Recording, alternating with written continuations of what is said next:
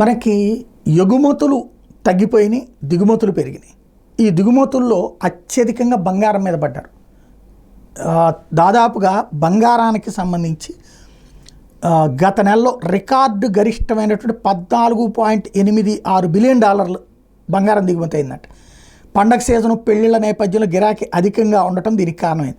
2023 నవంబర్లో పసిడి దిగుమతులు $3.44 బిలియన్ పోలిస్తే ఇవి 4 రెట్లు అధికం. విలువ పరంగా చూస్తే ఏడాది వ్యవధిలో 331% పెరిగినాయి. ఏప్రిల్ నవంబర్లో బంగారం దిగుమతులు $49 బిలియన్ చేరింది.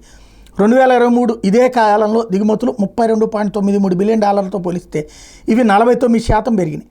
2024లో సగటున 25% వార్షిక ప్రతిఫలంతో అత్యుత్తమ పనితీరు కనబర్చిన పెట్టుబడి సాధనంగా బంగారం నిలిచిందన్నది వాణిజ్య శాఖ చెప్తోంది. అయితే దీని ఇంపాక్ట్ మనకు అతిపెద్ద కష్టం అవుతుంది. ఎందుకు అంటే ఇవాళ డాలర్తో రూపాయి మారకం విలువ భారీగా పడిపోయింది. ఈ నేపథ్యంలో 100 రూపాయలకి 85 రూపాయల దగ్గరగా అయిపోతుంది.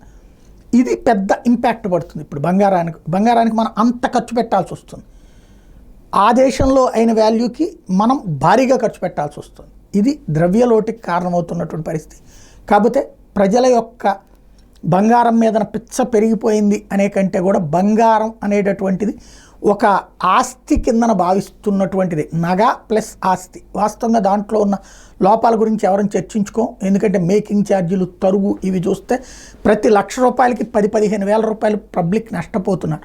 అందులో ఒక 5,000 నిజం అనుకున్న మిగతా 10,000 బంగారం రేట్లని కాకుండా ఈ విధంగా దోచుకుంటున్నారు. కానీ ప్రజలకు అవన్నీ అనవసరం, కొనుక్కుంటే చాలు అనేటటువంటి ఒక తపన.